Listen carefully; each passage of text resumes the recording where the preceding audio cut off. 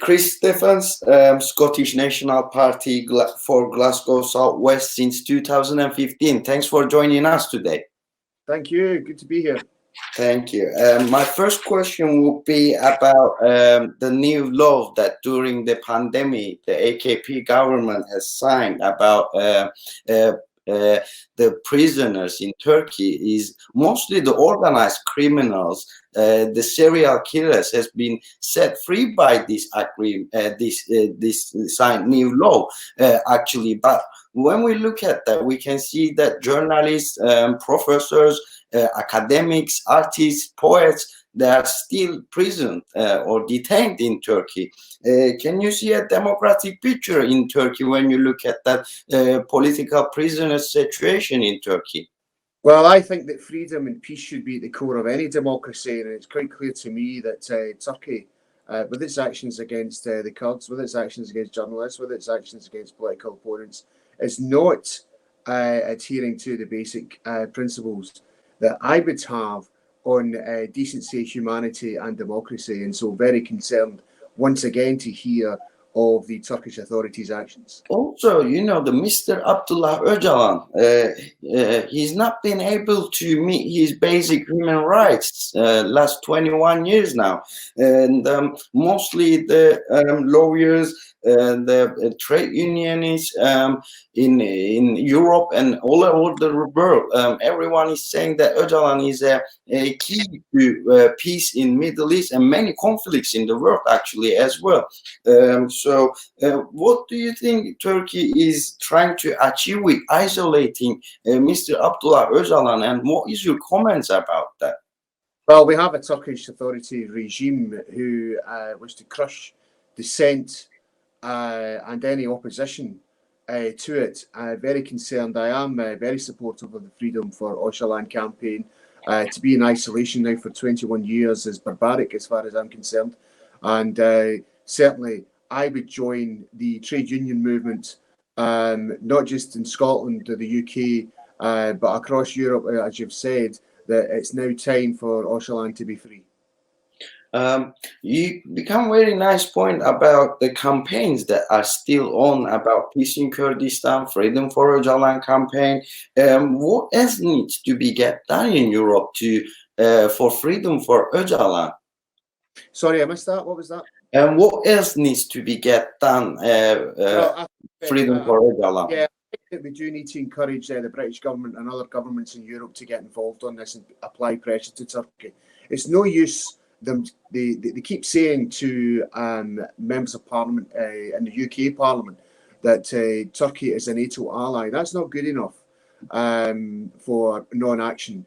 We expect and we demand that governments across Europe now put pressure on Turkey to free Öcalan, because it's now time that 21 years of isolation ends. The political prisoner situation, actually, in a general perspective, when we look at it, still aggressive Turkish intentions at the Syria and Iraq border, also criminalization policies towards the Kurdish people, also any against voice to AKP government, also the detaining HDP members and prisoning them. Can you see a real democratic government?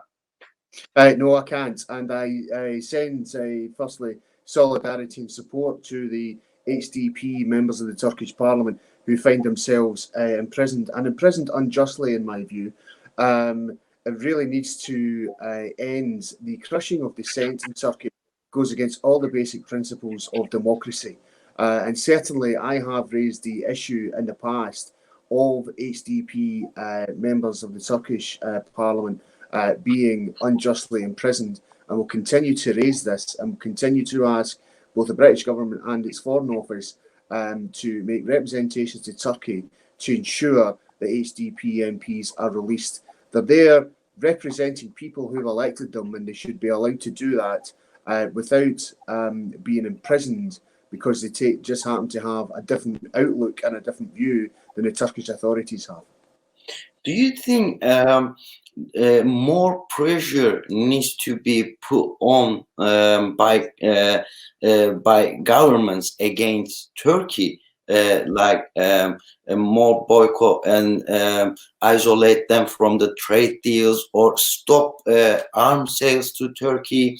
What would you like to comment about that? Yes, I mean, I think that is something that we're very conscious of, is that there are some arms deals going to Turkey, and we're going to continue and do continue to monitor them to make sure that any deals with Turkey do not harm the Kurdish population in Turkey. So we continue to monitor that in the same way that we've rightly monitored arms sales going to Saudi Arabia that are used in Yemen. We need similar action here to ensure that the Kurdish population are treated with respect and treated in a way that is humane and treated in a way that anybody else would expect in a democratic society. Do you think HDP is a key role also with Mr. Abdullah Öcalan's freedom to peace in Middle East, and Turkey's pressure on the HDP members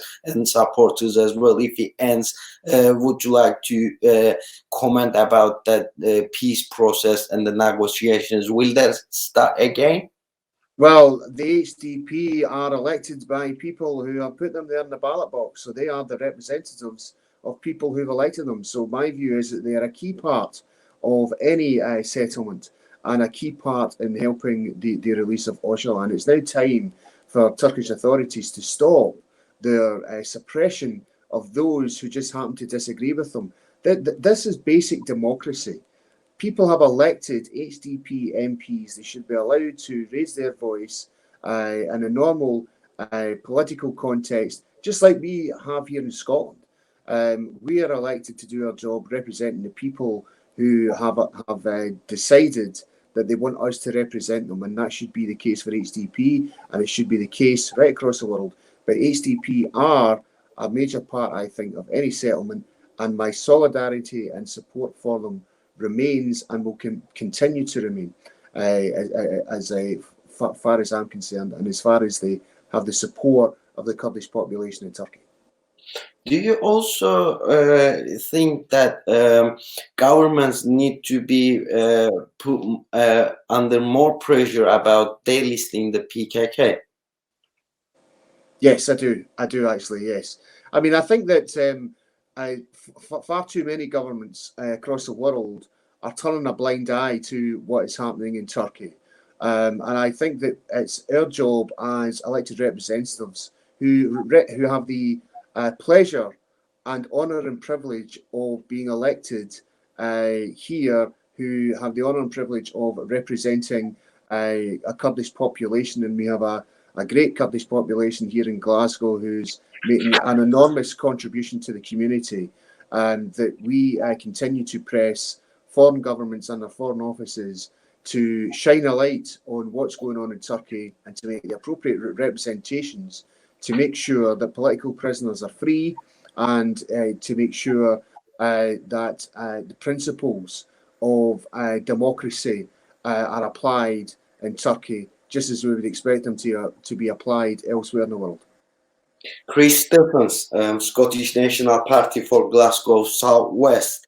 Thank you very much for joining us today and supporting our channel with your comments. Thank you very much. It's a great pleasure, and take care and stay safe. Thank you. Thanks.